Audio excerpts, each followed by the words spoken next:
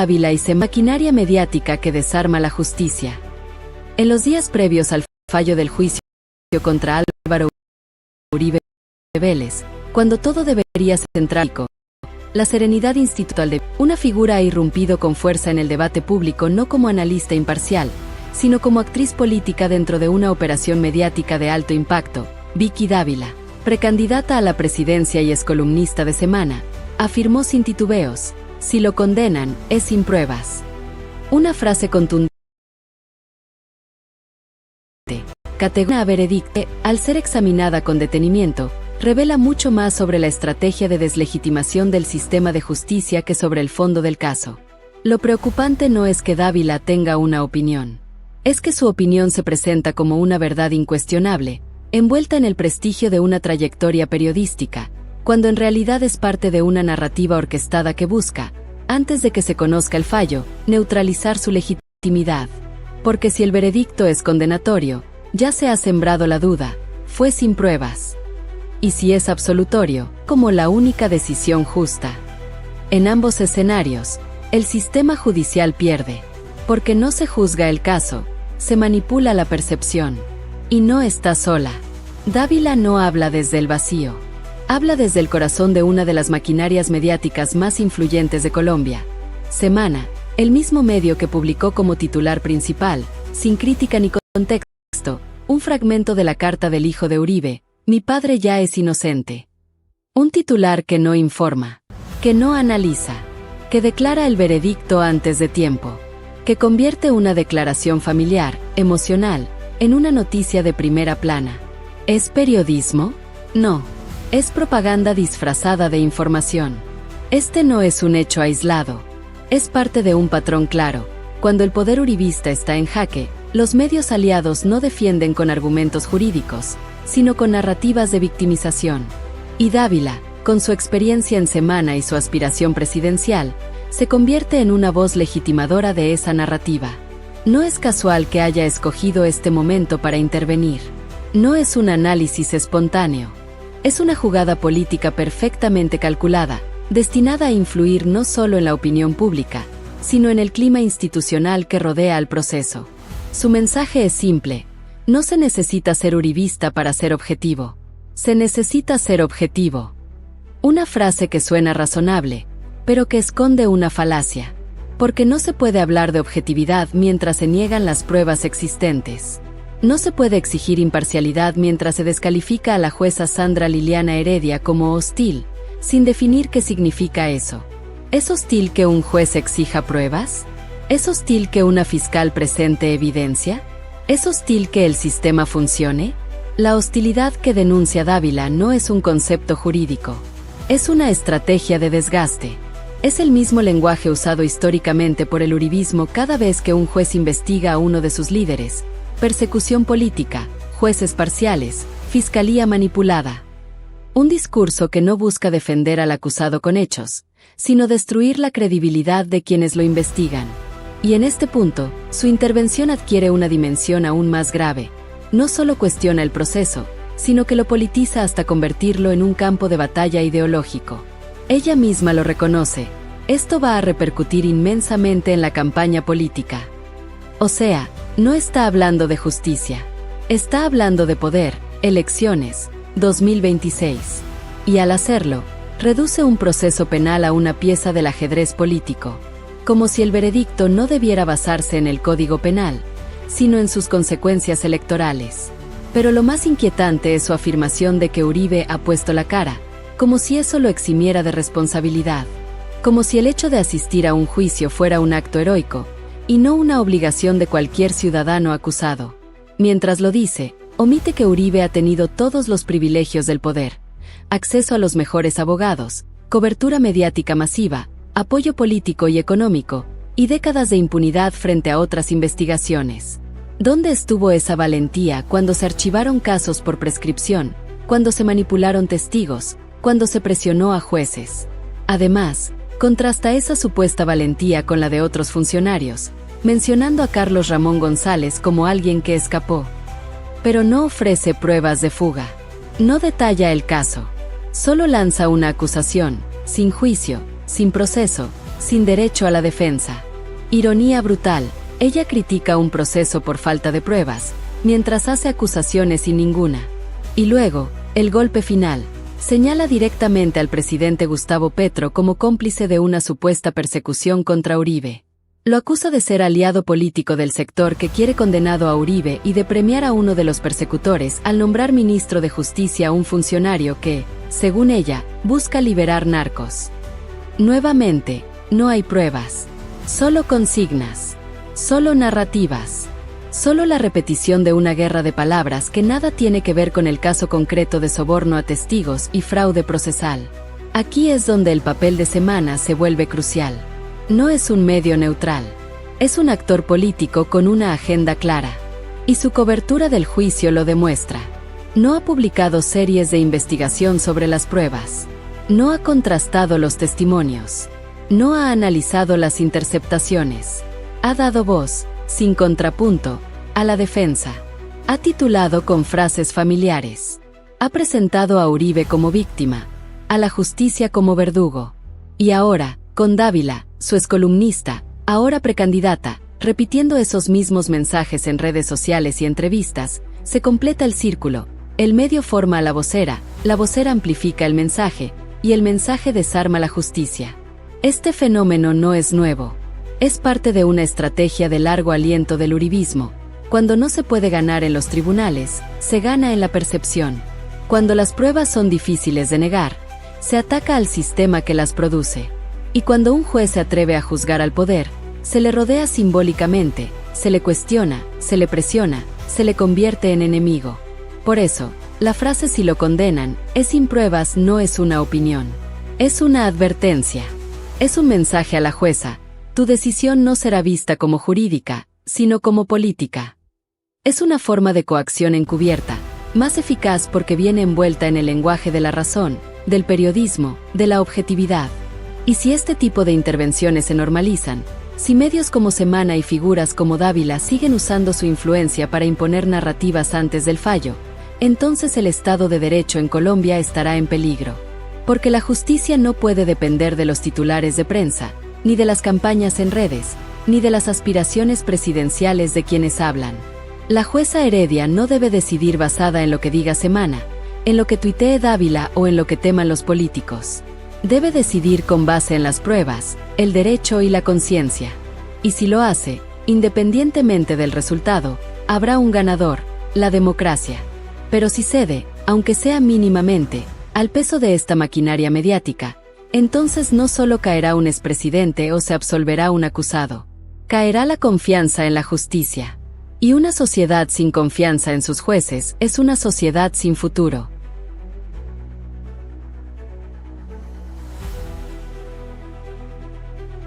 Análisis mediático Semana y la construcción de una narrativa sesgada. Cuando se habla del papel de los medios en procesos judiciales de alto impacto político, no se puede ignorar el caso de Revista Semana en el juicio contra Álvaro Uribe Vélez. No se trata de un medio neutral, ni de un observador pasivo del acontecer nacional. Semana es, sin duda, uno de los actores centrales en la construcción de la narrativa uribista, y su cobertura del caso Uribe no ha sido una excepción. Por el contrario, ha funcionado como una pieza clave en la operación de deslegitimación del sistema de justicia, no con argumentos jurídicos, sino con estrategias de manipulación simbólica, selección sesgada de información y normalización de la impunidad. El ejemplo más evidente y preocupante de esta campaña mediática fue el titular publicado en su portal web: "Mi padre ya es inocente", una frase tomada textualmente de la carta que Jerónimo Uribe, hijo del expresidente, dirigió a la jueza Sandra Liliana Heredia.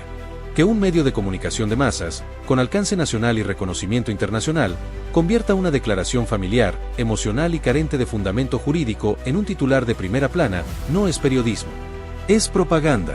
Es la inversión del orden jurídico. En lugar de esperar el veredicto, se lo anuncia. En lugar de informar sobre el proceso, se decide el resultado. Y en lugar de exigir pruebas, se declara la inocencia como si fuera un hecho consumado. Este titular no fue un error editorial. Fue una decisión política. Fue parte de una estrategia deliberada para sembrar dudas sobre la legitimidad del juicio, para presentar a Uribe como víctima y a la jueza como verdugo. Porque si el hijo del acusado puede declarar la inocencia antes del fallo, entonces el sistema judicial pierde toda autoridad.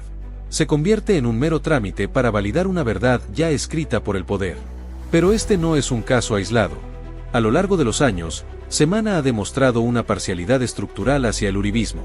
Ha minimizado sus vínculos con el paramilitarismo, ha presentado a sus líderes como defensores del orden frente al caos, y ha satanizado a sus adversarios como enemigos de la nación. Ha sido un aliado silencioso pero eficaz en la construcción de un relato que justifica la mano dura, la polarización y la impunidad. Y en el caso Uribe, esa parcialidad ha alcanzado niveles sin precedentes. No solo ha dado voz sin contrapunto a la defensa, sino que ha cuestionado la imparcialidad de quienes investigan. Ha publicado columnas que describen a la jueza como hostil, sin definir qué significa eso en términos jurídicos. Ha presentado a la fiscal como parte de una persecución política, sin mostrar una sola prueba de que el proceso haya violado el debido proceso. Ha repetido sin crítica la consigna de que no hay pruebas, a pesar de que el expediente contiene grabaciones, testimonios, interceptaciones autorizadas y documentos que respaldan los cargos. Además, Semana ha utilizado un recurso clásico de la manipulación mediática, la descontextualización. Ha publicado fragmentos de declaraciones, citas fuera de contexto, y ha omitido sistemáticamente las pruebas que contradicen su narrativa. Por ejemplo, ha silenciado el hecho de que existen conversaciones interceptadas en las que Uribe aprueba acciones de su abogado para influir en testigos. Ha minimizado el testimonio de Juan Guillermo Monsalve, testigo clave que detalló los intentos de soborno. Y ha ignorado las admisibilidades probatorias que los jueces de garantías han validado durante años. Pero el problema no es solo lo que Semana dice. Es lo que no dice. Es el vacío informativo que crea al no presentar un análisis equilibrado, al no invitar a voces críticas, al no contrastar las afirmaciones de la defensa con las pruebas de la acusación. En un Estado de Derecho, los medios tienen la responsabilidad de educar, informar y promover el debate fundado. Pero Semana, en este caso, ha optado por adoctrinar, manipular y polarizar. Y su influencia no es menor. Semana no es un blog. No es un canal de YouTube. Es una de las revistas más influyentes de Colombia, con acceso directo a las élites económicas, políticas y académicas. Su línea editorial moldea la opinión de quienes toman decisiones. Y cuando esa línea editorial se pone al servicio de un líder político en juicio, el daño es estructural, se debilita la confianza en la justicia, se normaliza la impunidad y se criminaliza a quienes la aplican. Este fenómeno no es exclusivo de Colombia. Es parte de una tendencia global en la que los medios tradicionales, en lugar de ser contrapesos del poder, se convierten en sus brazos comunicacionales. Desde Fox News en Estados Unidos hasta Clarín en Argentina, pasando por El Mundo en España, hay un patrón claro. Cuando el poder está en jaque, los medios aliados no defienden con argumentos, sino con narrativas. Y en ese contexto, el papel de Semana en el caso Uribe es un modelo de cómo se desarma la justicia con palabras. No con balas, no con golpes, sino con titulares, columnas, entrevistas y silencios estratégicos. Porque si se logra que la gente crea que no hay pruebas, aunque las haya, si se logra que piensen que la jueza es hostil, aunque solo esté haciendo su trabajo, entonces el sistema ya ha perdido. Por eso, no basta con decir que Semana tiene derecho a su opinión. El derecho a la libertad de expresión no incluye el derecho a manipular masivamente la percepción pública en un momento clave para la democracia. Y cuando un medio utiliza su poder para interferir en un proceso judicial, no está ejerciendo periodismo, está cometiendo un acto de injerencia institucional. La pregunta que queda es clara. ¿Hasta cuándo permitiremos que los medios decidan los veredictos antes de que los jueces lo hagan? ¿Hasta cuándo aceptaremos que la prensa se convierta en parte del proceso, en lugar de ser su vigilante? Porque si no se responde a tiempo, si no se exige transparencia, pluralismo y rigor, entonces no solo perderemos este juicio. Perderemos la posibilidad de que en Colombia la justicia sea justicia, y no una batalla de narrativas.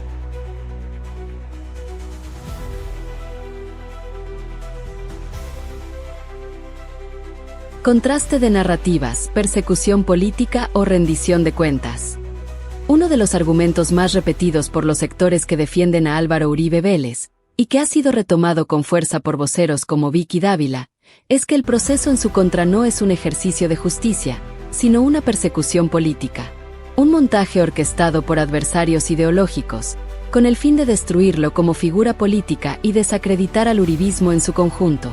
Este discurso suena poderoso, emocional, incluso heroico. El líder perseguido por sus ideas, el hombre de Estado acosado por jueces parciales y medios afines al gobierno.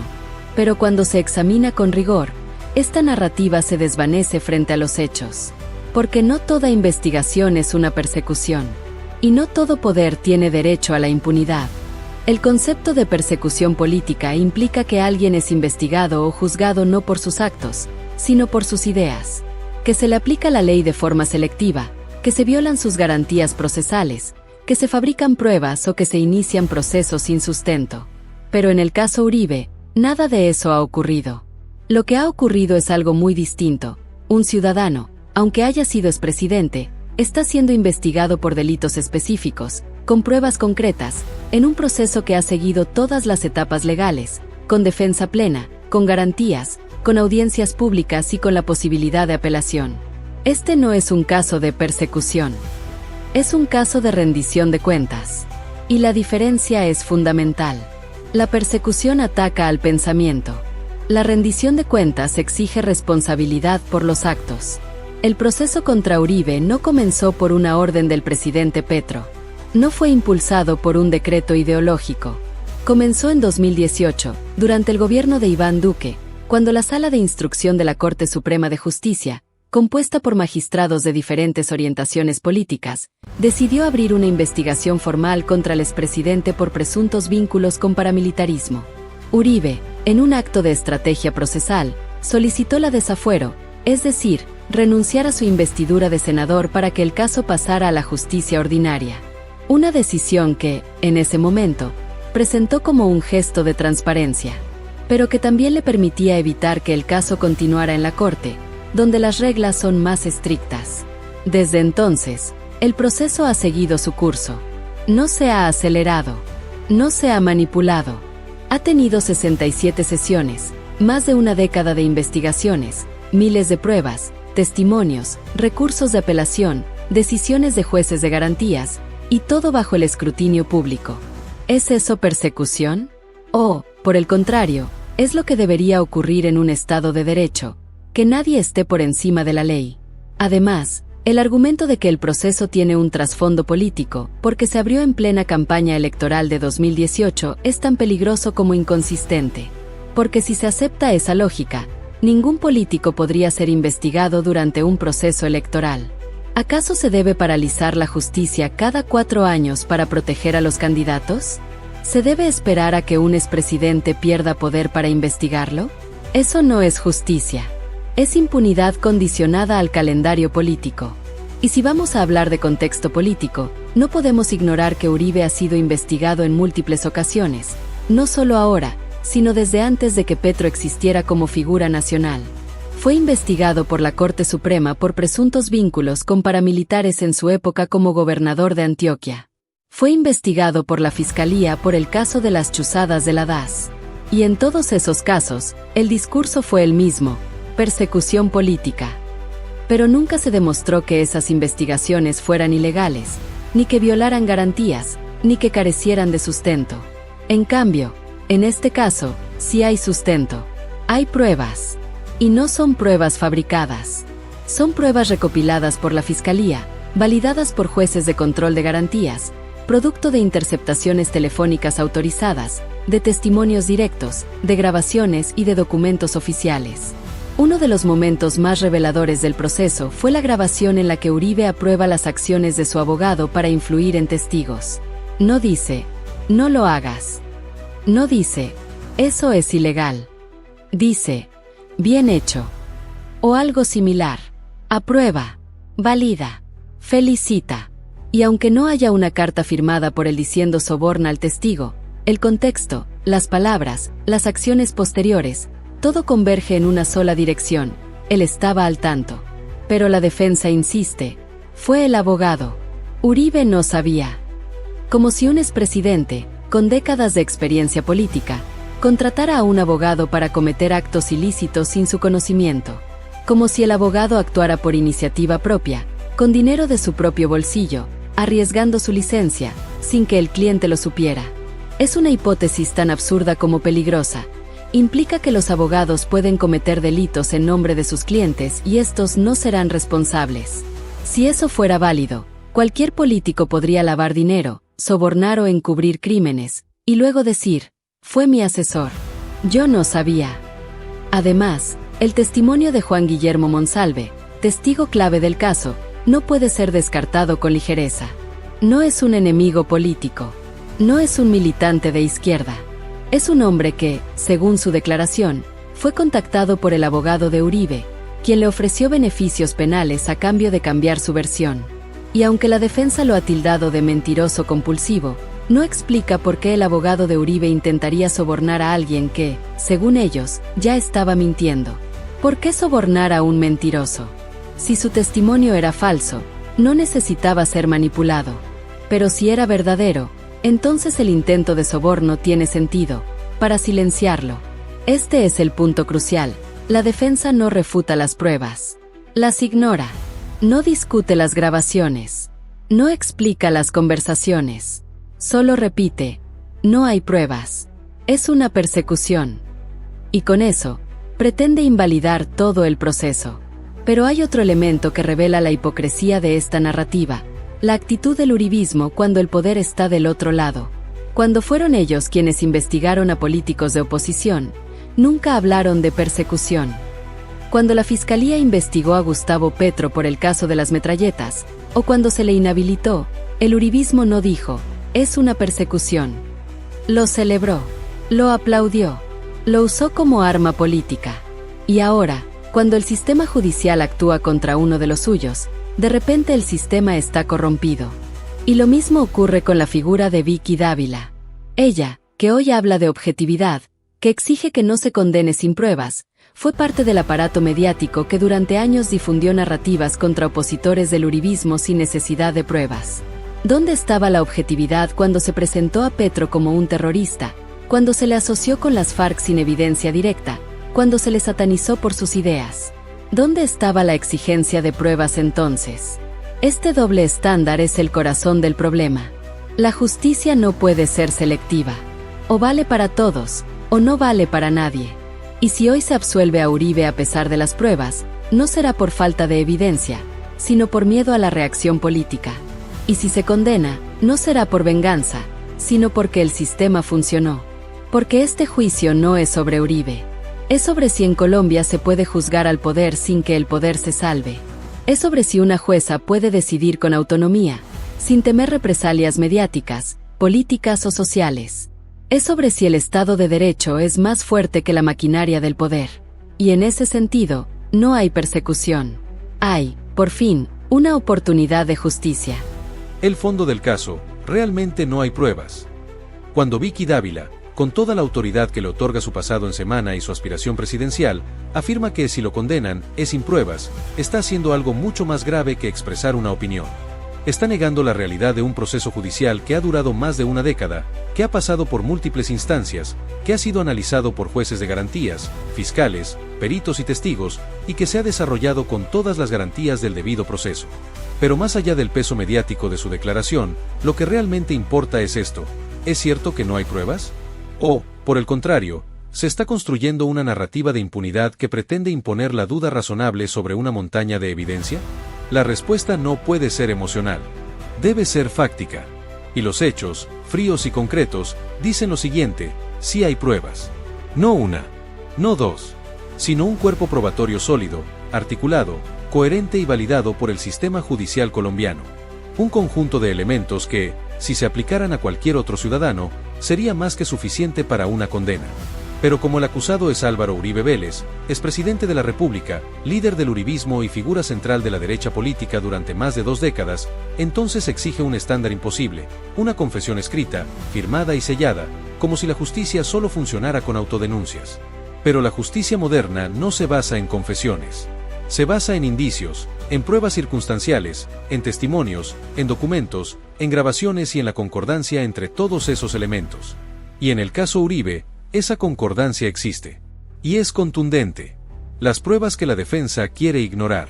La primera gran prueba es la interceptación telefónica autorizada por un juez de control de garantías, en la que se escucha a Álvaro Uribe conversando con su abogado, Diego Cadena, sobre las acciones que este último estaba llevando a cabo para influir en los testigos de la investigación. No es un rumor. No es un chisme. Es una grabación legal, obtenida con todas las formalidades del proceso penal, y que forma parte del expediente. En esa conversación, Uribe no se limita a escuchar. No dice, no hagas eso, es ilegal. Por el contrario, aprueba, valida, felicita. Usa frases como bien hecho, sigue así, O eso es lo que hay que hacer. No hay ambigüedad. No hay duda sobre su conocimiento. Él no solo sabía lo que estaba ocurriendo, sino que lo respaldó. Y eso, en términos jurídicos, es suficiente para configurar el delito de soborno en actuación penal, artículo 444-A del Código Penal.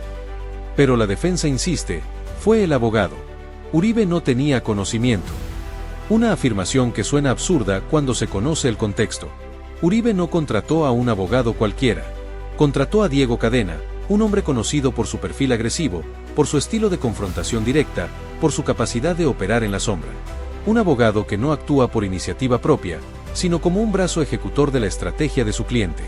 Y si Uribe no lo supervisaba, si no lo dirigía, si no lo validaba, ¿por qué lo contrató? ¿Por qué lo mantuvo? ¿Por qué lo felicitó? Además, el dinero para los sobornos no salió de la cuenta de Cadena. No hay registros de transferencias desde su nombre. No hay facturas de pagos a testigos. El dinero, en casos como este, siempre fluye por canales informales, en efectivo, sin rastro. Pero el hecho de que no se haya encontrado el dinero no niega el delito. Al contrario, la ocultación del dinero es parte del fraude procesal. El testimonio clave, Juan Guillermo Monsalve. Otra prueba fundamental es el testimonio de Juan Guillermo Monsalve, testigo clave en la investigación por vínculos de Uribe con paramilitarismo. Monsalve declaró ante la Fiscalía que fue contactado por Diego Cadena, quien le ofreció beneficios penales, dinero y protección a cambio de cambiar su versión y desacreditar a otros testigos. Este testimonio no es aislado. Está respaldado por grabaciones, mensajes, encuentros presenciales y una cadena de eventos que lo hacen creíble. Además, Monsalve no es un militante de izquierda ni un enemigo político de Uribe. Es un hombre con un pasado vinculado al conflicto armado, que ha colaborado con la justicia en múltiples ocasiones. Y si su testimonio fuera falso, como alega la defensa, ¿por qué Cadena intentaría sobornarlo? ¿Por qué arriesgaría su licencia, su libertad y su reputación para manipular a alguien que ya estaba mintiendo? Este es un punto crucial. Nadie soborna a un mentiroso. Se soborna a quien dice la verdad, porque su verdad compromete. Y si Monsalve fuera un mentiroso compulsivo, como lo ha calificado la defensa, entonces no habría necesidad de sobornarlo. Su testimonio ya sería irrelevante. Pero el hecho de que se intentara manipularlo demuestra que su versión tenía peso, que era peligrosa, que podía afectar al expresidente. El fraude procesal, una trama de manipulación. El segundo delito, fraude procesal, artículo 453, no se limita al soborno. Incluye toda una serie de acciones destinadas a alterar el curso de la investigación, a desacreditar testigos, a presionar a jueces y a crear una narrativa de persecución.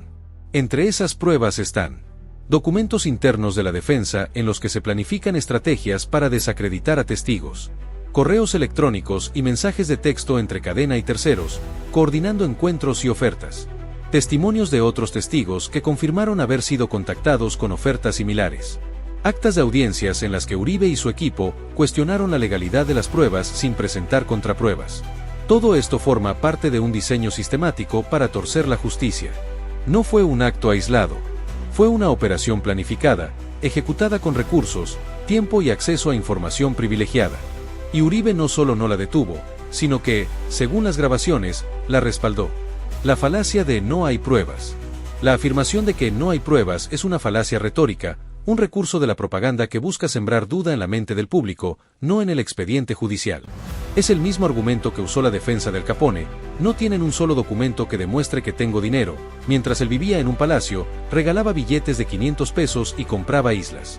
Pero la justicia no exige pruebas directas en todos los casos.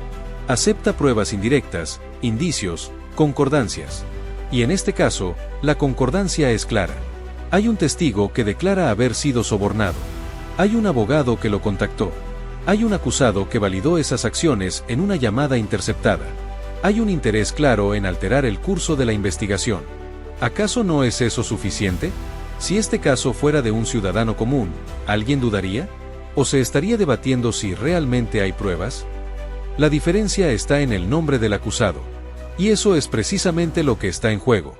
Porque si hoy se absuelve a Uribe a pesar de las pruebas, no será por falta de evidencia, sino porque el poder sigue siendo más fuerte que la ley.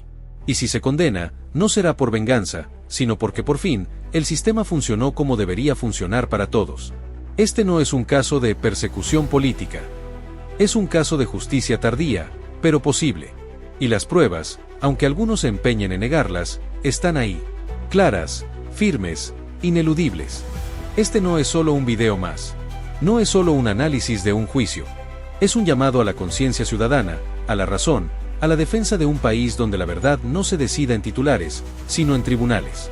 Es un llamado a no normalizar la impunidad, a no aceptar que el poder político pueda coaccionar a jueces, manipular la opinión pública y declarar la inocencia antes del veredicto como si la justicia fuera un trámite simbólico. Si este análisis te hizo reflexionar, si te generó dudas, si te enfureció o si simplemente te recordó que en Colombia aún hay gente que se atreve a decir lo que otros callan, entonces este canal es para ti. Suscríbete ahora a Noticias Mundo Viral CM. No lo hagas por moda. Hazlo porque crees que el periodismo debe ser independiente, riguroso y sin miedo al poder.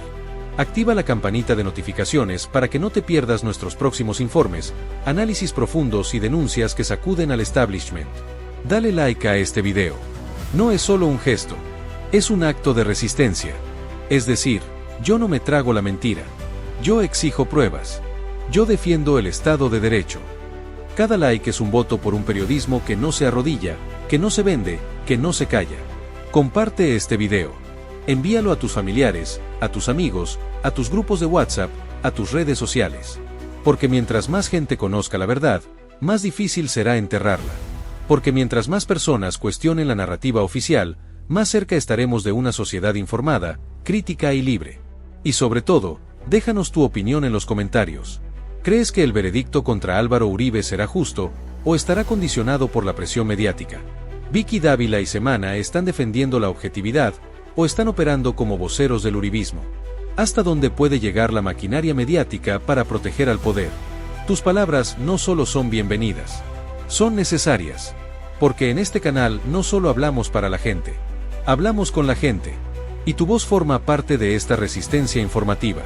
En Noticias Mundo Viral CM, no solo informamos, desentrañamos, contradecimos, resistimos. Porque la verdad no se construye con consignas, sino con hechos. Porque la justicia no se decide en los titulares de semana, sino en los tribunales, con pruebas. Y porque, mientras más gente se una a este proyecto, más fuerte será la corriente que desafíe la manipulación. No te quedes en silencio. Suscríbete. Activa la campanita. Dale like. Comparte. Comenta. Bienvenido a Noticias Mundo Viral CM. Aquí descubrirás las noticias más impactantes, virales y de última hora de Colombia y el mundo. Mantente informado con contenido actualizado y análisis profundo de los temas más relevantes. Desde los sucesos internacionales hasta las tendencias globales, pasando por noticias virales y los acontecimientos que están dando de qué hablar. Conoce lo último sobre política, economía, conflictos internacionales y mucho más. Suscríbete ahora y activa la campana para no perderte nada. Porque la información es poder, y aquí estarás siempre un paso adelante. Noticias Mundo Viral CM. La verdad, sin filtros.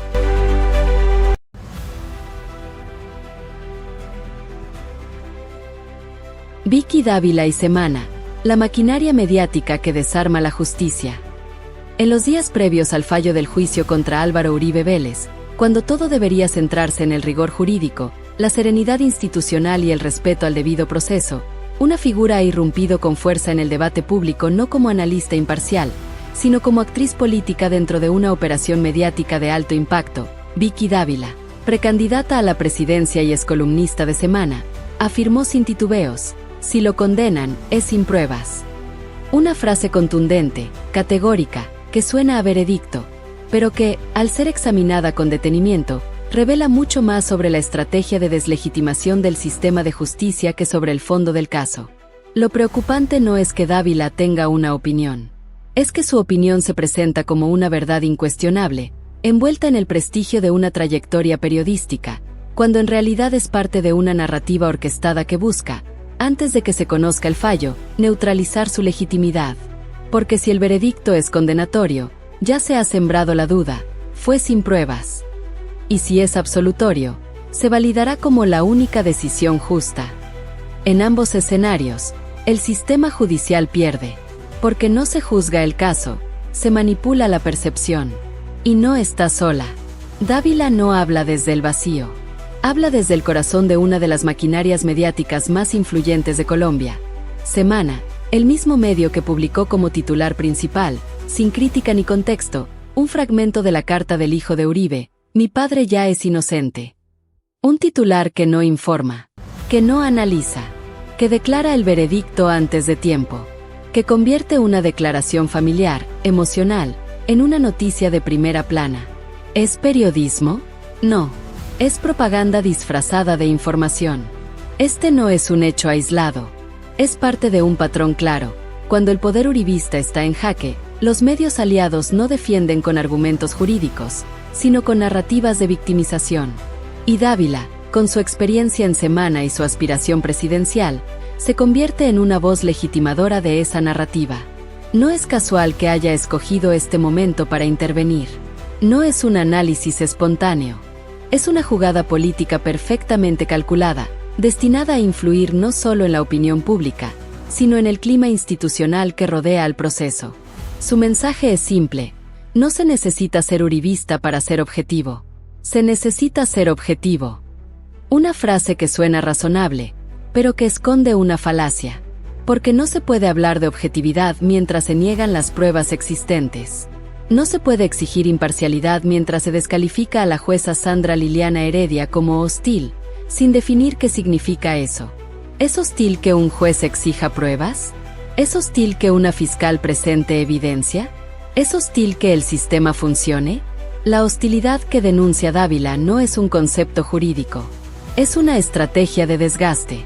Es el mismo lenguaje usado históricamente por el uribismo cada vez que un juez investiga a uno de sus líderes: persecución política, jueces parciales, fiscalía manipulada.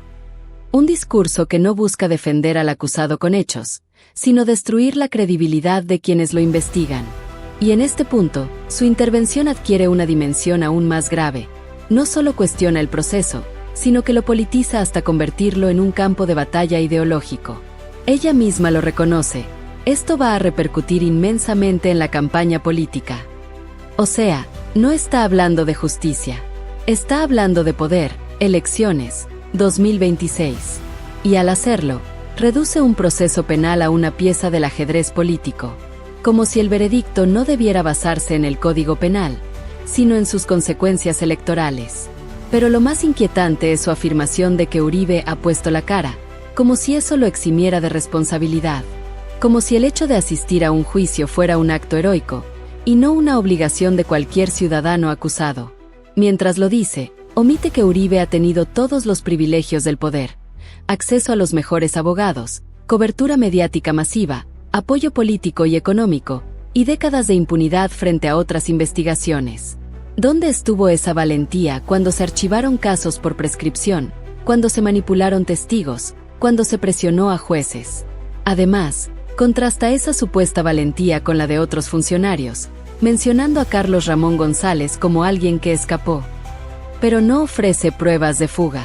No detalla el caso. Solo lanza una acusación, sin juicio, sin proceso, sin derecho a la defensa. Ironía brutal: ella critica un proceso por falta de pruebas, mientras hace acusaciones sin ninguna. Y luego, el golpe final: señala directamente al presidente Gustavo Petro como cómplice de una supuesta persecución contra Uribe. Lo acusa de ser aliado político del sector que quiere condenado a Uribe y de premiar a uno de los persecutores al nombrar ministro de Justicia a un funcionario que, según ella, busca liberar narcos. Nuevamente, no hay pruebas. Solo consignas. Solo narrativas. Solo la repetición de una guerra de palabras que nada tiene que ver con el caso concreto de soborno a testigos y fraude procesal. Aquí es donde el papel de Semana se vuelve crucial. No es un medio neutral. Es un actor político con una agenda clara. Y su cobertura del juicio lo demuestra. No ha publicado series de investigación sobre las pruebas. No ha contrastado los testimonios. No ha analizado las interceptaciones. Ha dado voz, sin contrapunto, a la defensa. Ha titulado con frases familiares. Ha presentado a Uribe como víctima, a la justicia como verdugo. Y ahora, con Dávila, su excolumnista, ahora precandidata, repitiendo esos mismos mensajes en redes sociales y entrevistas, se completa el círculo. El medio forma a la vocera amplifica el mensaje, y el mensaje desarma la justicia. Este fenómeno no es nuevo. Es parte de una estrategia de largo aliento del uribismo. Cuando no se puede ganar en los tribunales, se gana en la percepción. Cuando las pruebas son difíciles de negar, Se ataca al sistema que las produce. Y cuando un juez se atreve a juzgar al poder, se le rodea simbólicamente, se le cuestiona, se le presiona, se le convierte en enemigo. Por eso, la frase "si lo condenan" es sin pruebas, no es una opinión. Es una advertencia. Es un mensaje a la jueza: tu decisión no será vista como jurídica, sino como política. Es una forma de coacción encubierta, más eficaz porque viene envuelta en el lenguaje de la razón, del periodismo, de la objetividad. Y si este tipo de intervenciones se normalizan, si medios como Semana y figuras como Dávila siguen usando su influencia para imponer narrativas antes del fallo, entonces el Estado de Derecho en Colombia estará en peligro. Porque la justicia no puede depender de los titulares de prensa, ni de las campañas en redes, ni de las aspiraciones presidenciales de quienes hablan. La jueza Heredia no debe decidir basada en lo que diga Semana, en lo que tuitee Dávila o en lo que teman los políticos.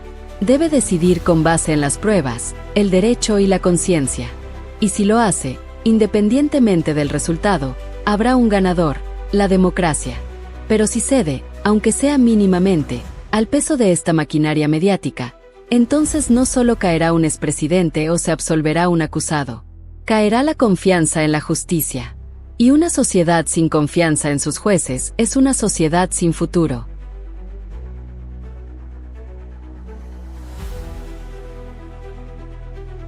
Análisis mediático Semana y la construcción de una narrativa sesgada.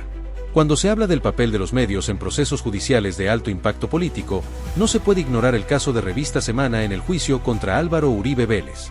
No se trata de un medio neutral, ni de un observador pasivo del acontecer nacional. Semana es, sin duda, uno de los actores centrales en la construcción de la narrativa uribista, y su cobertura del caso Uribe no ha sido una excepción. Por el contrario, ha funcionado como una pieza clave en la operación de deslegitimación del sistema de justicia, no con argumentos jurídicos, sino con estrategias de manipulación simbólica, selección sesgada de información y normalización de la impunidad. El ejemplo más evidente y preocupante de esta campaña mediática fue el titular publicado en su portal web: "Mi padre ya es inocente", una frase tomada textualmente de la carta que Jerónimo Uribe, hijo del expresidente, dirigió a la jueza Sandra Liliana Heredia. Que un medio de comunicación de masas, con alcance nacional y reconocimiento internacional, convierta una declaración familiar, emocional y carente de fundamento jurídico en un titular de primera plana, no es periodismo. Es propaganda. Es la inversión del orden jurídico. En lugar de esperar el veredicto, se lo anuncia. En lugar de informar sobre el proceso, se decide el resultado. Y en lugar de exigir pruebas, se declara la inocencia como si fuera un hecho consumado. Este titular no fue un error editorial. Fue una decisión política. Fue parte de una estrategia deliberada para sembrar dudas sobre la legitimidad del juicio, para presentar a Uribe como víctima y a la jueza como verdugo. Porque si el hijo del acusado puede declarar la inocencia antes del fallo, entonces el sistema judicial pierde toda autoridad. Se convierte en un mero trámite para validar una verdad ya escrita por el poder. Pero este no es un caso aislado. A lo largo de los años, Semana ha demostrado una parcialidad estructural hacia el uribismo. Ha minimizado sus vínculos con el paramilitarismo, ha presentado a sus líderes como defensores del orden frente al caos, y ha satanizado a sus adversarios como enemigos de la nación. Ha sido un aliado silencioso pero eficaz en la construcción de un relato que justifica la mano dura, la polarización y la impunidad. Y en el caso Uribe, esa parcialidad ha alcanzado niveles sin precedentes. No solo ha dado voz sin contrapunto a la defensa, sino que ha cuestionado la imparcialidad de quienes investigan. Ha publicado columnas que describen a la jueza como hostil, sin definir qué significa eso en términos jurídicos. Ha presentado a la fiscal como parte de una persecución política, sin mostrar una sola prueba de que el proceso haya violado el debido proceso. Ha repetido sin crítica la consigna de que no hay pruebas, a pesar de que el expediente contiene grabaciones, testimonios, interceptaciones autorizadas y documentos que respaldan los cargos. Además, Semana ha utilizado un recurso clásico de la manipulación mediática, la descontextualización. Ha publicado fragmentos de declaraciones, citas fuera de contexto, y ha omitido sistemáticamente las pruebas que contradicen su narrativa. Por ejemplo, ha silenciado el hecho de que existen conversaciones interceptadas en las que Uribe aprueba acciones de su abogado para influir en testigos. Ha minimizado el testimonio de Juan Guillermo Monsalve, testigo clave que detalló los intentos de soborno. Y ha ignorado las admisibilidades probatorias que los jueces de garantías han validado durante años. Pero el problema no es solo lo que Semana dice. Es lo que no dice. Es el vacío informativo que crea al no presentar un análisis equilibrado, al no invitar a voces críticas, al no contrastar las afirmaciones de la defensa con las pruebas de la acusación. En un Estado de Derecho, los medios tienen la responsabilidad de educar, informar y promover el debate fundado. Pero Semana, en este caso, ha optado por adoctrinar, manipular y polarizar. Y su influencia no es menor. Semana no es un blog, no es un canal de YouTube. Es una de las revistas más influyentes de Colombia, con acceso directo a las élites económicas, políticas y académicas. Su línea editorial moldea la opinión de quienes toman decisiones. Y cuando esa línea editorial se pone al servicio de un líder político en juicio, el daño es estructural, se debilita la confianza en la justicia, se normaliza la impunidad y se criminaliza a quienes la aplican. Este fenómeno no es exclusivo de Colombia. Es parte de una tendencia global en la que los medios tradicionales, en lugar de ser contrapesos del poder, se convierten en sus brazos comunicacionales. Desde Fox News en Estados Unidos hasta Clarín en Argentina, pasando por El Mundo en España, hay un patrón claro. Cuando el poder está en jaque, los medios aliados no defienden con argumentos, sino con narrativas. Y en ese contexto, el papel de Semana en el caso Uribe es un modelo de cómo se desarma la justicia con palabras. No con balas, no con golpes, sino con titulares, columnas, entrevistas y silencios estratégicos. Porque si se logra que la gente crea que no hay pruebas, aunque las haya, si se logra que piensen que la jueza es hostil, aunque solo esté haciendo su trabajo, entonces el sistema ya ha perdido. Por eso, no basta con decir que Semana tiene derecho a su opinión. El derecho a la libertad de expresión no incluye el derecho a manipular masivamente la percepción pública en un momento clave para la democracia. Y cuando un medio utiliza su poder para interferir en un proceso judicial, no está ejerciendo periodismo, está cometiendo un acto de injerencia institucional. La pregunta que queda es clara. ¿Hasta cuándo permitiremos que los medios decidan los veredictos antes de que los jueces lo hagan?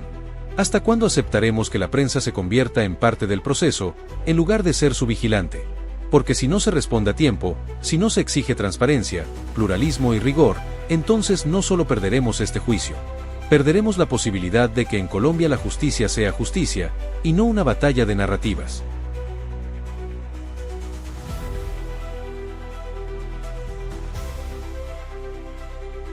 Contraste de narrativas, persecución política o rendición de cuentas. Uno de los argumentos más repetidos por los sectores que defienden a Álvaro Uribe Vélez, y que ha sido retomado con fuerza por voceros como Vicky Dávila, es que el proceso en su contra no es un ejercicio de justicia, sino una persecución política. Un montaje orquestado por adversarios ideológicos, con el fin de destruirlo como figura política y desacreditar al uribismo en su conjunto. Este discurso suena poderoso, emocional, incluso heroico. El líder perseguido por sus ideas, el hombre de Estado acosado por jueces parciales y medios afines al gobierno. Pero cuando se examina con rigor, esta narrativa se desvanece frente a los hechos. Porque no toda investigación es una persecución. Y no todo poder tiene derecho a la impunidad. El concepto de persecución política implica que alguien es investigado o juzgado no por sus actos, sino por sus ideas, que se le aplica la ley de forma selectiva, que se violan sus garantías, fabrican y inician procesos sin sustento. Pero en el caso Uribe, nada de eso ha ocurrido. Lo que ha ocurrido es algo muy distinto. Un ciudadano, aunque haya sido expresidente, está siendo investigado por delitos específicos, con pruebas concretas, en un proceso que ha seguido todas las etapas legales, con defensa plena, con garantías, con audiencias públicas y con la posibilidad de apelación. Este no es un caso de persecución. Es un caso de rendición de cuentas. Y la diferencia es fundamental. La persecución ataca al pensamiento. La rendición de cuentas exige responsabilidad por los actos. El proceso contra Uribe no comenzó por una orden del presidente Petro. No fue impulsado por un decreto ideológico. Comenzó en 2018, durante el gobierno de Iván Duque, cuando la Sala de Instrucción de la Corte Suprema de Justicia, compuesta por magistrados de diferentes orientaciones políticas, decidió abrir una investigación formal contra el expresidente por presuntos vínculos con paramilitarismo.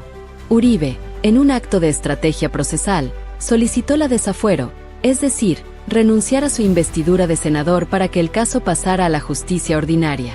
Una decisión que, en ese momento, presentó como un gesto de transparencia, pero que también le permitía evitar que el caso continuara en la Corte, donde las reglas son más estrictas.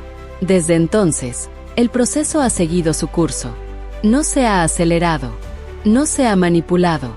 Ha tenido 67 sesiones, más de una década de investigaciones, miles de pruebas, testimonios, recursos de apelación, decisiones de jueces de garantías, y todo bajo el escrutinio público. ¿Es eso persecución? O, por el contrario, es lo que debería ocurrir en un Estado de Derecho, que nadie esté por encima de la ley. Además, el argumento de que el proceso tiene un trasfondo político, porque se abrió en plena campaña electoral de 2018, es tan peligroso como inconsistente. Porque si se acepta esa lógica, ningún político podría ser investigado durante un proceso electoral. ¿Acaso se debe paralizar la justicia cada 4 años para proteger a los candidatos? ¿Se debe esperar a que un expresidente pierda poder para investigarlo? Eso no es justicia. Es impunidad condicionada al calendario político. Y si vamos a hablar de contexto político, no podemos ignorar que Uribe ha sido investigado en múltiples ocasiones, no solo ahora, sino desde antes de que Petro existiera como figura nacional. Fue investigado por la Corte Suprema por presuntos vínculos con paramilitares en su época como gobernador de Antioquia. Fue investigado por la Fiscalía por el caso de las chuzadas de la DAS. Y en todos esos casos, el discurso fue el mismo: persecución política. Pero nunca se demostró que esas investigaciones fueran ilegales, ni que violaran garantías, ni que carecieran de sustento. En cambio, en este caso, sí hay sustento. Hay pruebas. Y no son pruebas fabricadas. Son pruebas recopiladas por la Fiscalía, validadas por jueces de control de garantías, producto de interceptaciones telefónicas autorizadas, de testimonios directos, de grabaciones y de documentos oficiales. Uno de los momentos más reveladores del proceso fue la grabación en la que Uribe aprueba las acciones de su abogado para influir en testigos. No dice, no lo hagas. No dice, eso es ilegal. Dice, bien hecho. O algo similar. Aprueba. Valida. Felicita. Y aunque no haya una carta firmada por él diciendo soborna al testigo, el contexto, las palabras, las acciones posteriores, todo converge en una sola dirección. Él estaba al tanto. Pero la defensa insiste. Fue el abogado. Uribe no sabía. Como si un expresidente, con décadas de experiencia política, contratara a un abogado para cometer actos ilícitos sin su conocimiento. Como si el abogado actuara por iniciativa propia, con dinero de su propio bolsillo, arriesgando su licencia, sin que el cliente lo supiera. Es una hipótesis tan absurda como peligrosa. Implica que los abogados pueden cometer delitos en nombre de sus clientes y estos no serán responsables. Si eso fuera válido, cualquier político podría lavar dinero, sobornar o encubrir crímenes, y luego decir, fue mi asesor. Yo no sabía. Además, el testimonio de Juan Guillermo Monsalve, testigo clave del caso, no puede ser descartado con ligereza. No es un enemigo político. No es un militante de izquierda. Es un hombre que, según su declaración, fue contactado por el abogado de Uribe, quien le ofreció beneficios penales a cambio de cambiar su versión. Y aunque la defensa lo ha tildado de mentiroso compulsivo, no explica por qué el abogado de Uribe intentaría sobornar a alguien que, según ellos, ya estaba mintiendo. ¿Por qué sobornar a un mentiroso? Si su testimonio era falso, no necesitaba ser manipulado. Pero si era verdadero, entonces el intento de soborno tiene sentido, para silenciarlo. Este es el punto crucial. La defensa no refuta las pruebas. Las ignora. No discute las grabaciones. No explica las conversaciones. Solo repite, no hay pruebas. Es una persecución. Y con eso, pretende invalidar todo el proceso. Pero hay otro elemento que revela la hipocresía de esta narrativa: la actitud del uribismo cuando el poder está del otro lado. Cuando fueron ellos quienes investigaron a políticos de oposición, nunca hablaron de persecución. Cuando la Fiscalía investigó a Gustavo Petro por el caso de las metralletas, o cuando se le inhabilitó, el uribismo no dijo, es una persecución. Lo celebró, lo aplaudió, lo usó como arma política.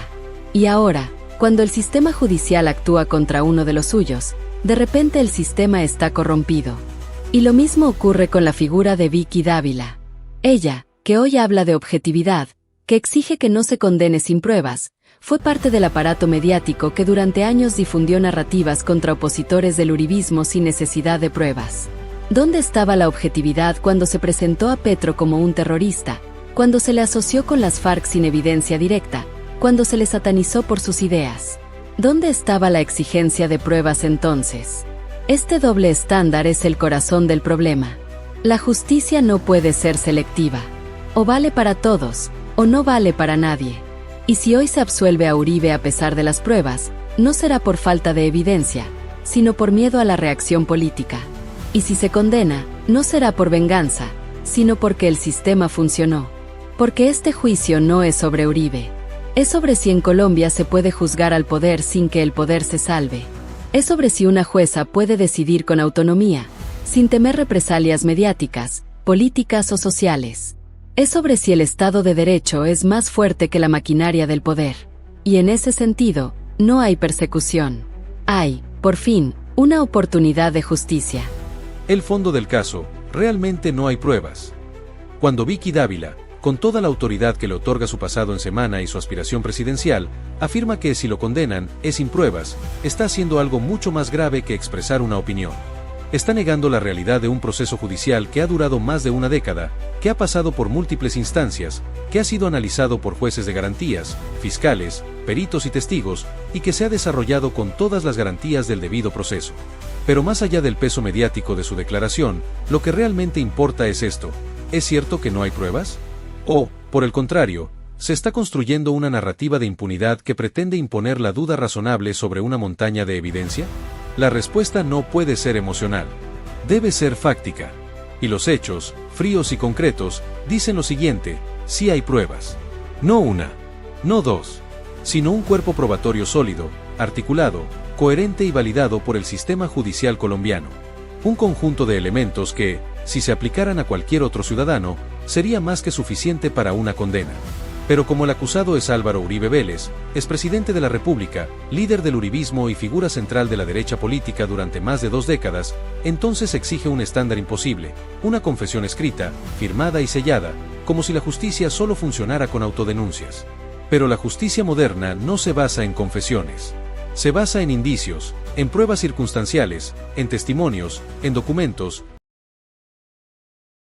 grabaciones entre todos, y en el caso Uribe, esa concordancia existe. Y es contundente. Las pruebas que la defensa quiere ignorar. La primera gran prueba es la interceptación telefónica autorizada por un juez de control de garantías, en la que se escucha a Álvaro Uribe conversando con su abogado, Diego Cadena, sobre las acciones que este último estaba llevando a cabo para influir en los testigos de la investigación. No es un rumor. No es un chisme. Es una grabación legal, obtenida con todas las formalidades del proceso penal, y que forma parte del expediente. En esa conversación, Uribe no se limita a escuchar. No dice: no hagas eso, es ilegal. Por el contrario, aprueba, valida, felicita. Usa frases como bien hecho, sigue así, o eso es lo que hay que hacer. No hay ambigüedad. No hay duda sobre su conocimiento. Él no solo sabía lo que estaba ocurriendo, sino que lo respaldó. Y eso, en términos jurídicos, es suficiente para configurar el delito de soborno en actuación penal, artículo 444-A del Código Penal. Pero la defensa insiste: fue el abogado. Uribe no tenía conocimiento. Una afirmación que suena absurda cuando se conoce el contexto. Uribe no contrató a un abogado cualquiera. Contrató a Diego Cadena, un hombre conocido por su perfil agresivo, por su estilo de confrontación directa, por su capacidad de operar en la sombra. Un abogado que no actúa por iniciativa propia, sino como un brazo ejecutor de la estrategia de su cliente. Y si Uribe no lo supervisaba, si no lo dirigía, si no lo validaba, ¿por qué lo contrató? ¿Por qué lo mantuvo? ¿Por qué lo felicitó? Además, el dinero para los sobornos no salió de la cuenta de Cadena. No hay registros de transferencias desde su nombre. No hay facturas de pagos a testigos. El dinero, en casos como este, siempre fluye por canales informales, en efectivo, sin rastro. Pero el hecho de que no se haya encontrado el dinero no niega el delito. Al contrario, la ocultación del dinero es parte del fraude procesal. El testimonio clave: Juan Guillermo Monsalve. Otra prueba fundamental es el testimonio de Juan Guillermo Monsalve, testigo clave en la investigación por vínculos de Uribe con paramilitarismo. Monsalve declaró ante la Fiscalía que fue contactado por Diego Cadena, beneficios penales, a cambio de cambiar su versión a otros testigos. Este testimonio no es aislado. Está respaldado por grabaciones, mensajes, encuentros presenciales y una cadena de eventos que lo hacen creíble. Además, Monsalve no es un militante de izquierda ni un enemigo político de Uribe. Es un hombre con un pasado vinculado al conflicto armado, que ha colaborado con la justicia en múltiples ocasiones. Si el testimonio fuera falso, como alega la defensa, ¿por qué Cadena intentaría sobornarlo? ¿Por qué arriesgaría su licencia, su libertad y su reputación para manipular a alguien que ya estaba mintiendo? Este es un punto crucial. Nadie soborna a un mentiroso. Se soborna a quien dice la verdad, porque su verdad compromete. Y si Monsalve fuera un mentiroso compulsivo, como lo ha calificado la defensa, entonces no habría necesidad de sobornarlo. Su testimonio ya sería irrelevante. Pero el hecho de que se intentara manipularlo demuestra que su versión tenía peso, que era peligrosa, que podía afectar al expresidente. El fraude procesal, una trama de manipulación. El segundo delito, fraude procesal, artículo 453, no se limita al soborno. Incluye toda una serie de acciones destinadas a alterar el curso de la investigación, a desacreditar testigos, a presionar a jueces y a crear una narrativa de persecución.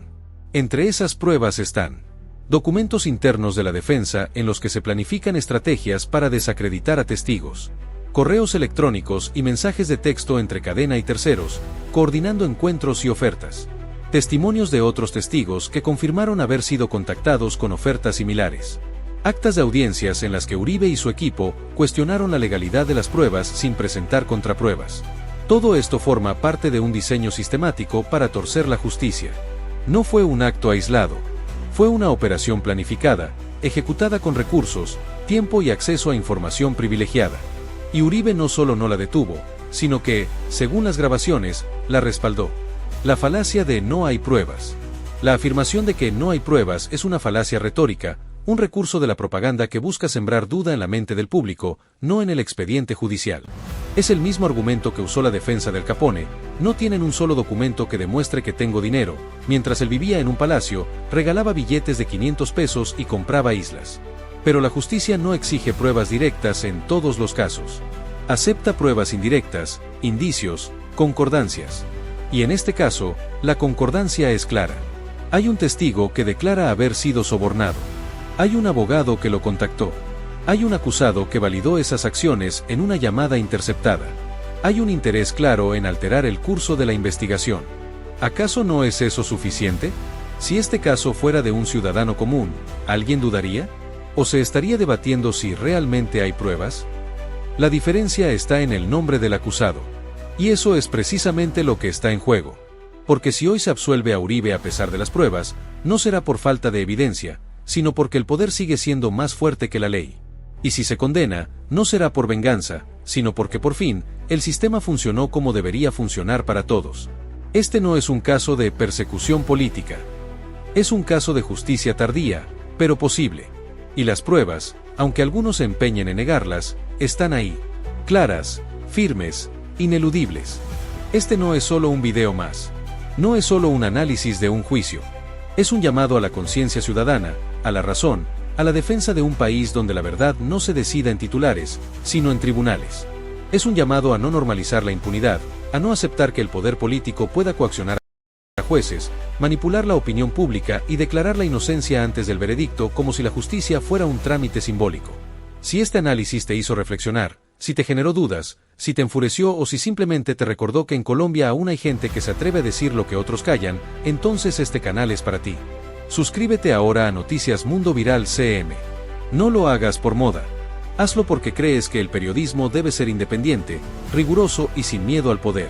Activa la campanita de notificaciones para que no te pierdas nuestros próximos informes, análisis profundos y denuncias que sacuden al establishment. Dale like a este video. No es solo un gesto. Es un acto de resistencia. Es decir, yo no me trago la mentira. Yo exijo pruebas. Yo defiendo el Estado de Derecho. Cada like es un voto por un periodismo que no se arrodilla, que no se vende, que no se calla. Comparte este video. Envíalo a tus familiares, a tus amigos, a tus grupos de WhatsApp, a tus redes sociales. Porque mientras más gente conozca la verdad, más difícil será enterrarla. Porque mientras más personas cuestionen la narrativa oficial, más cerca estaremos de una sociedad informada, crítica y libre.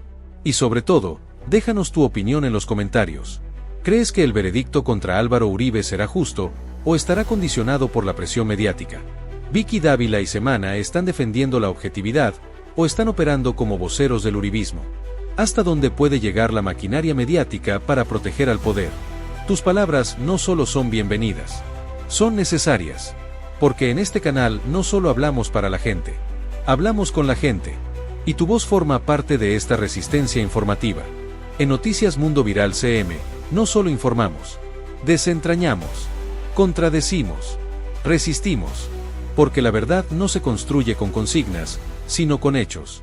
Porque la justicia no se decide en los titulares de semana, sino en los tribunales, con pruebas.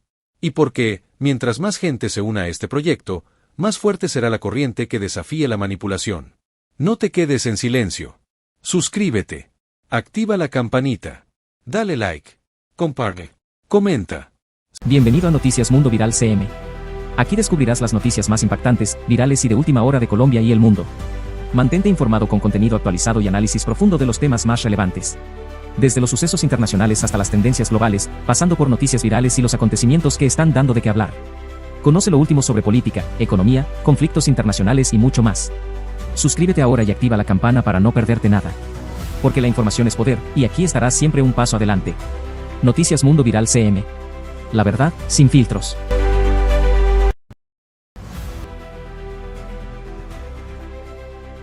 Vicky Dávila y Semana, la maquinaria mediática que desarma la justicia. En los días previos al fallo del juicio contra Álvaro Uribe Vélez, cuando todo debería centrarse en el rigor jurídico, la serenidad institucional y el respeto al debido proceso, una figura ha irrumpido con fuerza en el debate público no como analista imparcial, sino como actriz política dentro de una operación mediática de alto impacto. Vicky Dávila, precandidata a la presidencia y excolumnista de Semana, afirmó sin titubeos: si lo condenan, es sin pruebas. Una frase contundente, categórica, que suena a veredicto, pero que, al ser examinada con detenimiento, revela mucho más sobre la estrategia de deslegitimación del sistema de justicia que sobre el fondo del caso. Lo preocupante no es que Dávila tenga una opinión. Es que su opinión se presenta como una verdad incuestionable, envuelta en el prestigio de una trayectoria periodística, cuando en realidad es parte de una narrativa orquestada que busca, antes de que se conozca el fallo, neutralizar su legitimidad. Porque si el veredicto es condenatorio, ya se ha sembrado la duda, fue sin pruebas. Y si es absolutorio, se validará como la única decisión justa. En ambos escenarios, el sistema judicial pierde. Porque no se juzga el caso, se manipula la percepción. Y no está sola. Dávila no habla desde el vacío. Habla desde el corazón de una de las maquinarias mediáticas más influyentes de Colombia. Semana, el mismo medio que publicó como titular principal, sin crítica ni contexto, un fragmento de la carta del hijo de Uribe: mi padre ya es inocente. Un titular que no informa, que no analiza, que declara el veredicto antes de tiempo, que convierte una declaración familiar, emocional, en una noticia de primera plana. ¿Es periodismo? No. Es propaganda disfrazada de información. Este no es un hecho aislado. Es parte de un patrón claro. Cuando el poder uribista está en jaque, los medios aliados no defienden con argumentos jurídicos, sino con narrativas de victimización. Y Dávila, con su experiencia en Semana y su aspiración presidencial, se convierte en una voz legitimadora de esa narrativa. No es casual que haya escogido este momento para intervenir. No es un análisis espontáneo. Es una jugada política perfectamente calculada, destinada a influir no solo en la opinión pública, sino en el clima institucional que rodea al proceso. Su mensaje es simple: no se necesita ser uribista para ser objetivo. Se necesita ser objetivo. Una frase que suena razonable, pero que esconde una falacia. Porque no se puede hablar de objetividad mientras se niegan las pruebas existentes. No se puede exigir imparcialidad mientras se descalifica a la jueza Sandra Liliana Heredia como hostil, sin definir qué significa eso. ¿Es hostil que un juez exija pruebas? ¿Es hostil que una fiscal presente evidencia? ¿Es hostil que el sistema funcione? La hostilidad que denuncia Dávila no es un concepto jurídico. Es una estrategia de desgaste. Es el mismo lenguaje usado históricamente por el uribismo cada vez que un juez investiga a uno de sus líderes: persecución política, jueces parciales, fiscalía manipulada. Un discurso que no busca defender al acusado con hechos, sino destruir la credibilidad de quienes lo investigan. Y en este punto, su intervención adquiere una dimensión aún más grave. No solo cuestiona el proceso, sino que lo politiza hasta convertirlo en un campo de batalla ideológico. Ella misma lo reconoce. Esto va a repercutir inmensamente en la campaña política. O sea, no está hablando de justicia. Está hablando de poder, elecciones, 2026. Y al hacerlo, reduce un proceso penal a una pieza del ajedrez político. Como si el veredicto no debiera basarse en el Código Penal, sino en sus consecuencias electorales. Pero lo más inquietante es su afirmación de que Uribe ha puesto la cara, como si eso lo eximiera de responsabilidad. Como si el hecho de asistir a un juicio fuera un acto heroico, y no una obligación de cualquier ciudadano acusado. Mientras lo dice, omite que Uribe ha tenido todos los privilegios del poder: acceso a los mejores abogados, cobertura mediática masiva, apoyo político y económico, y décadas de impunidad frente a otras investigaciones. ¿Dónde estuvo esa valentía cuando se archivaron casos por prescripción, cuando se manipularon testigos, cuando se presionó a jueces? Además, contrasta esa supuesta valentía con la de otros funcionarios, mencionando a Carlos Ramón González como alguien que escapó. Pero no ofrece pruebas de fuga. No detalla el caso. Solo lanza una acusación, sin juicio, sin proceso, sin derecho a la defensa. Ironía brutal. Ella critica un proceso por falta de pruebas, mientras hace acusaciones sin ninguna. Y luego, el golpe final, señala directamente al presidente Gustavo Petro como cómplice de una supuesta persecución contra Uribe. Lo acusa de ser aliado político del sector que quiere condenado a Uribe y de premiar a uno de los persecutores al nombrar ministro de Justicia a un funcionario que, según ella, busca liberar narcos. Nuevamente, no hay pruebas. Solo consignas. Solo narrativas. Solo la repetición de una guerra de palabras que nada tiene que ver con el caso concreto de soborno a testigos y fraude procesal. Aquí es donde el papel de Semana se vuelve crucial. No es un medio neutral. Es un actor político con una agenda clara. Y su cobertura del juicio lo demuestra. No ha publicado series de investigación sobre las pruebas. No ha contrastado los testimonios. No ha analizado las interceptaciones. Ha dado voz, sin contrapunto, a la defensa. Ha titulado con frases familiares. Ha presentado a Uribe como víctima, a la justicia como verdugo. Y ahora, con Dávila, su excolumnista, ahora precandidata, repitiendo esos mismos mensajes en redes sociales y entrevistas, se completa el círculo. El medio forma a la vocera amplifica el mensaje, y el mensaje desarma la justicia. Este fenómeno no es nuevo. Es parte de una estrategia de largo aliento del uribismo. Cuando no se puede ganar en los tribunales, se gana en la percepción. Cuando las pruebas son difíciles de negar, se ataca al sistema que las produce. Y cuando un juez se atreve a juzgar al poder, se le rodea simbólicamente, se le cuestiona, se le presiona, se le convierte en enemigo. Por eso, la frase "si lo condenan" es sin pruebas, no es una opinión. Es una advertencia. Es un mensaje a la jueza: tu decisión no será vista como jurídica, sino como política. Es una forma de coacción encubierta, más eficaz porque viene envuelta en el lenguaje de la razón, del periodismo, de la objetividad.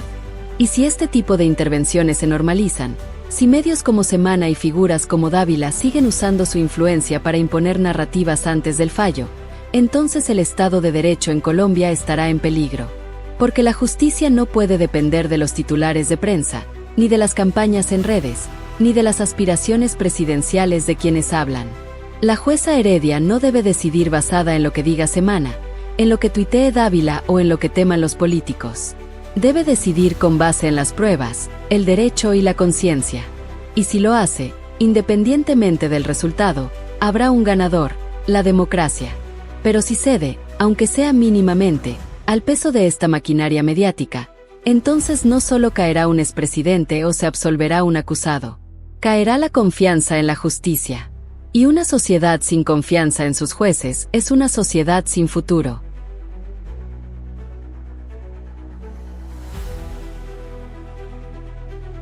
Análisis mediático Semana y la construcción de una narrativa sesgada. Cuando se habla del papel de los medios en procesos judiciales de alto impacto político, no se puede ignorar el caso de Revista Semana en el juicio contra Álvaro Uribe Vélez. No se trata de un medio neutral, ni de un observador pasivo del acontecer nacional. Semana es, sin duda, uno de los actores centrales en la construcción de la narrativa uribista, y su cobertura del caso Uribe no ha sido una excepción. Por el contrario, ha funcionado como una pieza clave en la operación de deslegitimación del sistema de justicia, no con argumentos jurídicos, sino con estrategias de manipulación simbólica, selección sesgada de información y normalización de la impunidad. El ejemplo más evidente y preocupante de esta campaña mediática fue el titular publicado en su portal web, "Mi padre ya es inocente", una frase tomada textualmente de la carta que Jerónimo Uribe, hijo del expresidente, dirigió a la jueza Sandra Liliana Heredia. Que un medio de comunicación de masas, con alcance nacional y reconocimiento internacional, convierta una declaración familiar, emocional y carente de fundamento jurídico en un titular de primera plana, no es periodismo. Es propaganda. Es la inversión del orden jurídico. En lugar de esperar el veredicto, se lo anuncia. En lugar de informar sobre el proceso, se decide el resultado. Y en lugar de exigir pruebas, se declara la inocencia como si fuera un hecho consumado. Este titular no fue un error editorial. Fue una decisión política. Fue parte de una estrategia deliberada para sembrar dudas sobre la legitimidad del juicio, para presentar a Uribe como víctima y a la jueza como verdugo. Porque si el hijo del acusado puede declarar la inocencia antes del fallo, entonces el sistema judicial pierde toda autoridad. Se convierte en un mero trámite para validar una verdad ya escrita por el poder. Pero este no es un caso aislado. A lo largo de los años, Semana ha demostrado una parcialidad estructural hacia el uribismo. Ha minimizado sus vínculos con el paramilitarismo, ha presentado a sus líderes como defensores del orden frente al caos, y ha satanizado a sus adversarios como enemigos de la nación. Ha sido un aliado silencioso pero eficaz en la construcción de un relato que justifica la mano dura, la polarización y la impunidad. Y en el caso Uribe, esa parcialidad ha alcanzado niveles sin precedentes. No solo ha dado voz sin contrapunto a la defensa, sino que ha cuestionado la imparcialidad de quienes investigan. Ha publicado columnas que describen a la jueza como hostil, sin definir qué significa eso en términos jurídicos. Ha presentado a la fiscal como parte de una persecución política, sin mostrar una sola prueba de que el proceso haya violado el debido proceso. Ha repetido sin crítica la consigna de que no hay pruebas, a pesar de que el expediente contiene grabaciones, testimonios, interceptaciones autorizadas y documentos que respaldan los cargos. Además, Semana ha utilizado un recurso clásico de la manipulación mediática, la descontextualización. Ha publicado fragmentos de declaraciones, citas fuera de contexto, y ha omitido sistemáticamente las pruebas que contradicen su narrativa. Por ejemplo, ha silenciado el hecho de que existen conversaciones interceptadas en las que Uribe aprueba acciones de su abogado para influir en testigos. Ha minimizado el testimonio de Juan Guillermo Monsalve, testigo clave que detalló los intentos de soborno. Y ha ignorado las admisibilidades probatorias que los jueces de garantías han validado durante años. Pero el problema no es solo lo que Semana dice. Es lo que no dice.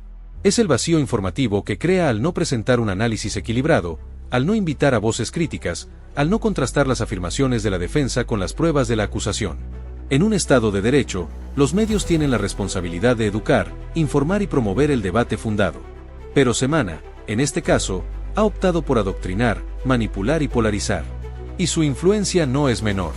Semana no es un blog. No es un canal de YouTube. Es una de las revistas más influyentes de Colombia, con acceso directo a las élites económicas, políticas y académicas. Su línea editorial moldea la opinión de quienes toman decisiones. Y cuando esa línea editorial se pone al servicio de un líder político en juicio, el daño es estructural, se debilita la confianza en la justicia, se normaliza la impunidad y se criminaliza a quienes la aplican. Este fenómeno no es exclusivo de Colombia. Es parte de una tendencia global en la que los medios tradicionales, en lugar de ser contrapesos del poder, se convierten en sus brazos comunicacionales. Desde Fox News en Estados Unidos hasta Clarín en Argentina, pasando por El Mundo en España, hay un patrón claro. Cuando el poder está en jaque, los medios aliados no defienden con argumentos, sino con narrativas. Y en ese contexto, el papel de Semana en el caso Uribe es un modelo de cómo se desarma la justicia con palabras. No con balas, no con golpes, sino con titulares, columnas, entrevistas y silencios estratégicos. Porque si se logra que la gente crea que no hay pruebas, aunque las haya, si se logra que piensen que la jueza es hostil, aunque solo esté haciendo su trabajo, entonces el sistema ya ha perdido. Por eso, no basta con decir que Semana tiene derecho a su opinión. El derecho a la libertad de expresión no incluye el derecho a manipular masivamente la percepción pública en un momento clave para la democracia. Y cuando un medio utiliza su poder para interferir en un proceso judicial, no está ejerciendo periodismo, está cometiendo un acto de injerencia institucional. La pregunta que queda es clara. ¿Hasta cuándo permitiremos que los medios decidan los veredictos antes de que los jueces lo hagan? ¿Hasta cuándo aceptaremos que la prensa se convierta en parte del proceso, en lugar de ser su vigilante? Porque si no se responde a tiempo, si no se exige transparencia, pluralismo y rigor, entonces no solo perderemos este juicio. Perderemos la posibilidad de que en Colombia la justicia sea justicia, y no una batalla de narrativas.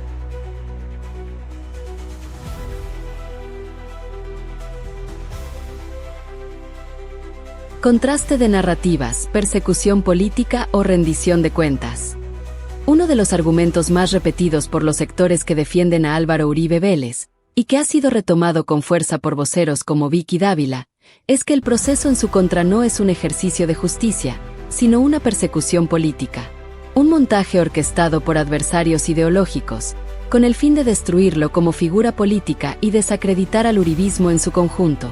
Este discurso suena poderoso, emocional, incluso heroico.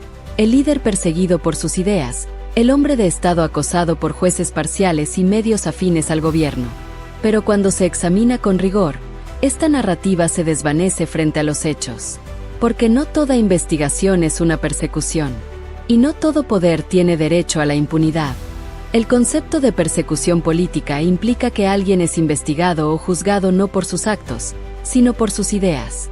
Que se le aplica la ley de forma selectiva, que se violan sus garantías procesales, que se fabrican pruebas o que se inician procesos sin sustento. Pero en el caso Uribe, nada de eso ha ocurrido. Lo que ha ocurrido es algo muy distinto. Un ciudadano, aunque haya sido expresidente, está siendo investigado por delitos específicos, con pruebas concretas, en un proceso que ha seguido todas las etapas legales, con defensa plena, con garantías, con audiencias públicas y con la posibilidad de apelación. Este no es un caso de persecución. Es un caso de rendición de cuentas. Y la diferencia es fundamental. La persecución ataca al pensamiento. La rendición de cuentas exige responsabilidad por los actos. El proceso contra Uribe no comenzó por una orden del presidente Petro. No fue impulsado por un decreto ideológico. Comenzó en 2018, durante el gobierno de Iván Duque, cuando la Sala de Instrucción de la Corte Suprema de Justicia, compuesta por magistrados de diferentes orientaciones políticas, decidió abrir una investigación formal contra el expresidente por presuntos vínculos con paramilitarismo. Uribe, en un acto de estrategia procesal, solicitó la desafuero, es decir, renunciar a su investidura de senador para que el caso pasara a la justicia ordinaria. Una decisión que, en ese momento, presentó como un gesto de transparencia, pero que también le permitía evitar que el caso continuara en la Corte, donde las reglas son más estrictas. Desde entonces, el proceso ha seguido su curso. No se ha acelerado. No se ha manipulado. Ha tenido 67 sesiones, más de una década de investigaciones, miles de pruebas, testimonios, recursos de apelación, decisiones de jueces de garantías, y todo bajo el escrutinio público. ¿Es eso persecución? O, por el contrario, es lo que debería ocurrir en un Estado de Derecho, que nadie esté por encima de la ley. Además, el argumento de que el proceso tiene un trasfondo político, porque se abrió en plena campaña electoral de 2018, es tan peligroso como inconsistente. Porque si se acepta esa lógica, ningún político podría ser investigado durante un proceso electoral. ¿Acaso se debe paralizar la justicia cada 4 años para proteger a los candidatos? ¿Se debe esperar a que un expresidente pierda poder para investigarlo? Eso no es justicia. Es impunidad condicionada al calendario político. Y si vamos a hablar de contexto político, no podemos ignorar que Uribe ha sido investigado en múltiples ocasiones, no solo ahora, sino desde antes de que Petro existiera como figura nacional. Fue investigado por la Corte Suprema por presuntos vínculos con paramilitares en su época como gobernador de Antioquia. Fue investigado por la Fiscalía por el caso de las chuzadas de la DAS. Y en todos esos casos, el discurso fue el mismo: persecución política. Pero nunca se demostró que esas investigaciones fueran ilegales, ni que violaran garantías, ni que carecieran de sustento. En cambio, en este caso, sí hay sustento. Hay pruebas. Y no son pruebas fabricadas. Son pruebas recopiladas por la Fiscalía, validadas por jueces de control de garantías, producto de interceptaciones telefónicas autorizadas, de testimonios directos, de grabaciones y de documentos oficiales. Uno de los momentos más reveladores del proceso fue la grabación en la que Uribe aprueba las acciones de su abogado para influir en testigos. No dice, no lo hagas. No dice, eso es ilegal. Dice, bien hecho. O algo similar. Aprueba. Valida. Felicita. Y aunque no haya una carta firmada por él diciendo soborna al testigo, el contexto, las palabras, las acciones posteriores, todo converge en una sola dirección. Él estaba al tanto. Pero la defensa insiste. Fue el abogado. Uribe no sabía. Como si un expresidente, con décadas de experiencia política, contratara a un abogado para cometer actos ilícitos sin su conocimiento. Como si el abogado actuara por iniciativa propia, con dinero de su propio bolsillo, arriesgando su licencia, sin que el cliente lo supiera. Es una hipótesis tan absurda como peligrosa. Implica que los abogados pueden cometer delitos en nombre de sus clientes y estos no serán responsables. Si eso fuera válido, cualquier político podría lavar dinero, sobornar o encubrir crímenes, y luego decir, fue mi asesor. Yo no sabía. Además, el testimonio de Juan Guillermo Monsalve, testigo clave del caso, no puede ser descartado con ligereza. No es un enemigo político. No es un militante de izquierda. Es un hombre que, según su declaración, fue contactado por el abogado de Uribe, quien le ofreció beneficios penales a cambio de cambiar su versión. Y aunque la defensa lo ha tildado de mentiroso compulsivo, no explica por qué el abogado de Uribe intentaría sobornar a alguien que, según ellos, ya estaba mintiendo. ¿Por qué sobornar a un mentiroso? Si su testimonio era falso, no necesitaba ser manipulado. Pero si era verdadero, entonces el intento de soborno tiene sentido, para silenciarlo. Este es el punto crucial. La defensa no refuta las pruebas. Las ignora. No discute las grabaciones. No explica las conversaciones. Solo repite, no hay pruebas. Es una persecución. Y con eso, pretende invalidar todo el proceso. Pero hay otro elemento que revela la hipocresía de esta narrativa. La actitud del uribismo cuando el poder está del otro lado. Cuando fueron ellos quienes investigaron a políticos de oposición, nunca hablaron de persecución. Cuando la Fiscalía investigó a Gustavo Petro por el caso de las metralletas, o cuando se le inhabilitó, el uribismo no dijo, es una persecución. Lo celebró, lo aplaudió, lo usó como arma política. Y ahora, cuando el sistema judicial actúa contra uno de los suyos, de repente el sistema está corrompido. Y lo mismo ocurre con la figura de Vicky Dávila. Ella, que hoy habla de objetividad, que exige que no se condene sin pruebas, fue parte del aparato mediático que durante años difundió narrativas contra opositores del uribismo sin necesidad de pruebas. ¿Dónde estaba la objetividad cuando se presentó a Petro como un terrorista, cuando se le asoció con las FARC sin evidencia directa, cuando se le satanizó por sus ideas? ¿Dónde estaba la exigencia de pruebas entonces? Este doble estándar es el corazón del problema. La justicia no puede ser selectiva. O vale para todos, o no vale para nadie. Y si hoy se absuelve a Uribe a pesar de las pruebas, no será por falta de evidencia, sino por miedo a la reacción política. Y si se condena, no será por venganza, sino porque el sistema funcionó. Porque este juicio no es sobre Uribe. Es sobre si en Colombia se puede juzgar al poder sin que el poder se salve. Es sobre si una jueza puede decidir con autonomía, sin temer represalias mediáticas, políticas o sociales. Es sobre si el Estado de Derecho es más fuerte que la maquinaria del poder. Y en ese sentido, no hay persecución. Hay, por fin, una oportunidad de justicia.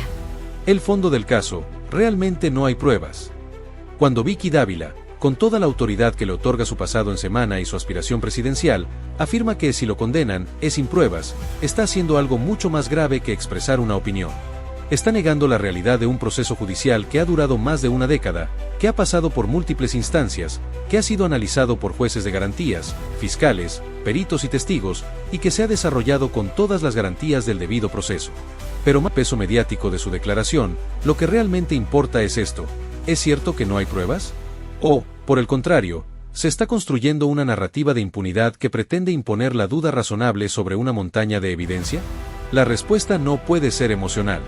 Debe ser fáctica. Y los hechos, fríos y concretos, dicen lo siguiente: sí hay pruebas. No una, no dos, sino un cuerpo probatorio sólido, articulado, coherente y validado por el sistema judicial colombiano. Un conjunto de elementos que, si se aplicaran a cualquier otro ciudadano, sería más que suficiente para una condena. Pero como el acusado es Álvaro Uribe Vélez, expresidente de la República, líder del uribismo y figura central de la derecha política durante más de 2 décadas, entonces exige un estándar imposible, una confesión escrita, firmada y sellada, como si la justicia solo funcionara con autodenuncias. Pero la justicia moderna no se basa en confesiones. Se basa en indicios, en pruebas circunstanciales, en testimonios, en documentos, en grabaciones y en la concordancia entre todos esos elementos. Y en el caso Uribe, esa concordancia existe. Y es contundente. Las pruebas que la defensa quiere ignorar. La primera gran prueba es la interceptación telefónica autorizada por un juez de control de garantías, en la que se escucha a Álvaro Uribe conversando con su abogado, Diego Cadena, sobre las acciones que este último estaba llevando a cabo para influir en los testigos de la investigación. No es un rumor. No es un chisme. Es una grabación legal, obtenida con todas las formalidades del proceso penal, y que forma parte del expediente. En esa conversación, Uribe no se limita a escuchar. No dice, no hagas eso, es ilegal. Por el contrario, aprueba, valida, felicita. Usa frases como bien hecho,